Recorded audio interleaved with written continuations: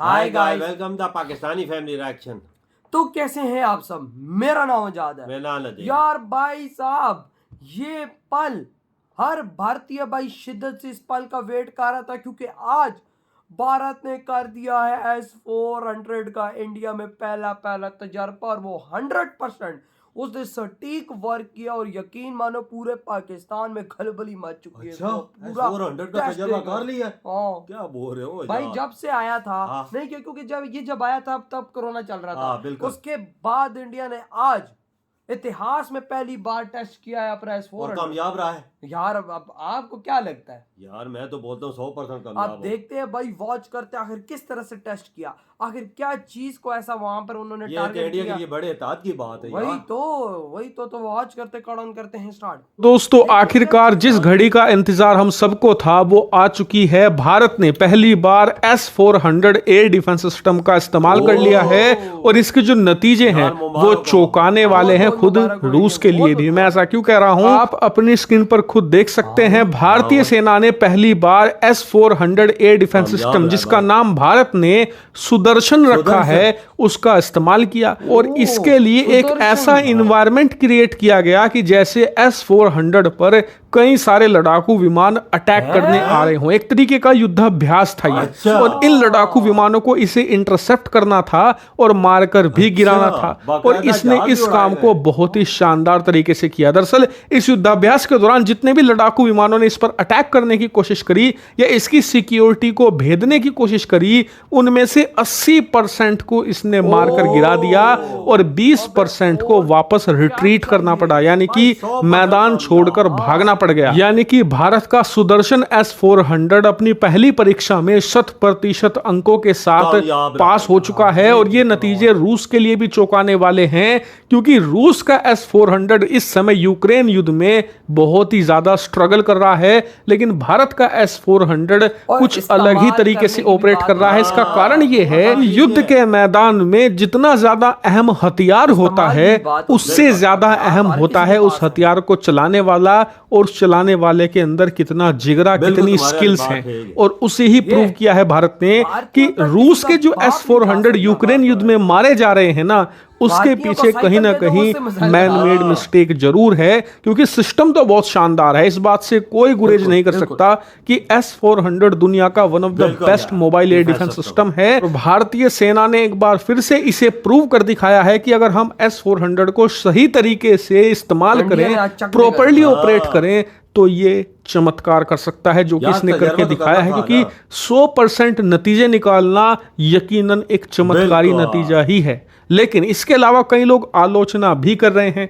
कई आलोचकों का कहना है कि अभी भारत ने इसे एक कंट्रोल्ड इन्वायरमेंट में टेस्ट किया है, यानी कि जहां आपको पता था कि युद्धाभ्यास के दौरान कितने लड़ाकू विमान अटैक करेंगे, कितने लड़ाकू विमानों की क्या कैपेसिटी है, क्या खूबियां हैं, लेकिन जब युद्ध का माहौल होता है तो पता नहीं दुश्मन किस हथियार से आपके ऊपर अटैक करेगा। जरूरी नहीं वो कि लड़ाकू विमान ही हो सकता है कि आर्टिलरी हो सकता है किसी प्रकार की छोटी मिसाइल हो, रॉकेट सिस्टम हो, और आपको ये भी नहीं पता कि वो किस तरफ से हमला करेंगे, किस दिशा से आएंगे, उनकी ट्रैजेक्टरी क्या होगी, आपको कुछ भी पता नहीं होता। आपको इंस्टेंटली रिएक्ट करना होता है। और बिल्कुल यही सेम चीज रूस के साथ भी हो चुकी है, क्योंकि यूक्रेन युद्ध से पहले रूस ने जितने भी S-400 के टेस्ट किए थे, वो सारे के सारे शानदार नतीजों के साथ पास हुआ था। आप जानकर हैरान होंगे, करीबन 10 साल तक रूस ने इसका टेस्ट किया था, एक में भी ये फेल नहीं हुआ था। यहां तक कि रूस ने तो ये भी ऐलान कर दिया था कि ये सक्षम है अमेरिका के F-35 और F-22 को मारकर गिराने के लिए। लेकिन जब यूक्रेन का युद्ध आया तो इसका सक्सेस रेट बहुत ही तेजी से नीचे गिरा, क्योंकि वो एक कंट्रोल इन्वायरमेंट नहीं था। इसीलिए कहा जा रहा है कि भारतीय सेना को एक ऐसा टेस्ट जरूर करना चाहिए S-400 का, जिसमें अनकंट्रोल इन्वायरमेंट हो, यानी कि जो ऑपरेट कर रहा है S-400 का, उसे पता ना हो कि किस दिशा से क्या आ रहा है, किस हथियार से अटैक किया जा रहा है। ऐसा एक युद्धाभ्यास जरूर करना चाहिए। और पॉसिबल हो तो हमारी कई सारी पुरानी मिसाइलें हैं, पुराने हथियार हैं, उन्हें एक्चुअल में मारकर गिराना चाहिए S-400 का इस्तेमाल करते हुए। तभी हमें इसकी खूबियां और कमियां पता चलेगी। मुझे पता है कई S-400 के फैन इससे खुश नहीं होंगे कि सवाल उठा रहे हैं S-400 पर, लेकिन यही सही है। इससे पहले कि दुश्मन आपकी कमजोरी को जान जाए, बेहतर है आप खुद जान ले और उसे सुधार ले। हालांकि इस पर आपका क्या मानना है, कमेंट करके जरूर बताइए। फाइनली आज इंडिया ने टेस्ट करके दिखा दिया दुनिया को। वो क्या कहते हैं कि भाई हथियार चाहे दुनिया, तुम भाई F-22 रैप्टर ही उड़ा रहे हो ना, तो मैं भाई साहब MiG-21 जो इसको कहते हैं ना, वो आसमान में उड़ने वाला ताबूत, तो मैं वो भी ठोक देगा। आज भारत ने रशिया को भी ये चीज दिखा दी कि देखो तुम लोगों का यही S-400 है जो भाई यूक्रेन में स्ट्रगल कर रहा है, आज हम ही ने उसको अनकंट्रोलेबल सिचुएशन में डाला और उसने 100% दिए कि अंदर भारतीय बैठ के कंट्रोल कर रहा है। और भाई रशिया को भी चाहिए कि भारतीय आके भाई साहब जो उसको ऑपरेट करे उनसे आके सीख ले, क्योंकि भाई साहब S-400 वाकई में दुनिया के एक ऐसा शक्तिशाली डिफेंस सिस्टम है जो बड़े बड़े लड़ाकू जहाजों को ठोकता है। ये तो भाई मैं मानता हूं बात, लेकिन अंदर बैठ के उसको वर्क करने वाला भी तो काम का बंदा हो ना। असल मसला ये है वजह, चलाने वाला भी बंदा हो गाड़ी और तो दिमाग वाला भी बंदा हो ना। ये इंडियन वाले ही हैं जिन्होंने 100% इसके नताइज दिए हैं, पहली दफा ही परफेक्ट। यार ये देखो ना यार, इंडिया को भी भाई खबर मिल रही है, इंडिया भी देख रहा है कि भाई यूक्रेन में रशियन S-400 है, बड़ा स्ट्रगल कर रहा है, वो आके मतलब हिट कर रहे हैं। भाई क्या सीन है ये, हम देखे कहीं हमारे पैसे जाया तो नहीं हो गए। लेकिन भारत के जो अंदर जो उसको ऑपरेट करने वाले बैठे, वो कहते हैं भाई साहब दुनिया का घटिया डिफेंस सिस्टम ही क्यों ना हमारे हाथों में हो, तो हम तो ठोक के दिखाएंगे। ये तो फिर दुनिया का शक्तिशाली था भाई। इन्होंने भाई साहब जहाज उड़ाए, इन्होंने भाई ऐसी सिचुएशन क्रिएट कर दी इस S-400 पर कि भाई इसके कंट्रोल से बाहर हो गई। लेकिन अंदर जो बैठा हुआ बंदा वो तो भारतीय था ना, उसने कहा सबर ना, तुमने भाई साहब अच्छा उस भारतीय को नहीं बताया जो अंदर बैठ के ऑपरेट करता कि हम तेरे साथ ये काम करेंगे।